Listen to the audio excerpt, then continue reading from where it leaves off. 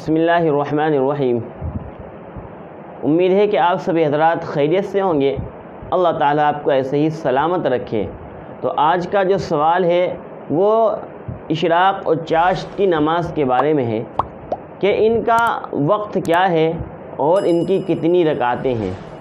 تو اس بارے میں جاننا چاہیے کہ اشراق کا جو وقت ہے وہ طلوع آفتاب کے بعد جو مکروہ وقت ہے تقریباً 10-15 منٹ، اس کے بعد سے لے کر زوال آفتاب تک، یعنی جب سورج بالکل سر پر آ جاتا ہے، بالکل اوپر آ جاتا ہے، تو اس وقت تک اس کا وقت رہتا ہے۔ لیکن افضل یہ ہے کہ اس کو اول وقت میں، یعنی طلوع آفتاب کے تقریباً 20 منٹ کے بعد اس کو پڑھ لینا چاہیے۔ یہ اس کا افضل وقت ہے، اور اس کی کم از کم 2 رکعتیں ہیں، جیسا کہ حدیث پاک کے اندر آتا ہے کہ جو شخص فجر کی نماز کے بعد طلوع آفتاب تک اپنی جگہ پر بیٹھا رہے اور اس کے بعد 2 رکعت نماز پڑھ لے تو اس کو کامل حج اور عمرے کا ثواب ملتا ہے۔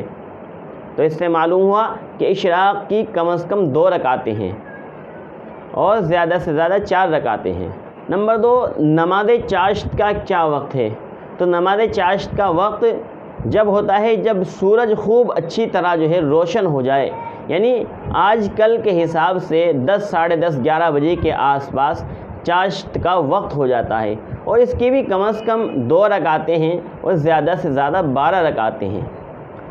تو اشراق کا جو وقت ہے وہ سورج طلوع ہونے کے بعد سے لے کر زوال آفتاب تک ہے، اور جو چاشت کا وقت ہے وہ جب خوب اچھی طرح سورج روشن ہو جائے، یعنی 10-11 بجے کے وقت سے لے کر زوال آفتاب تک ہے۔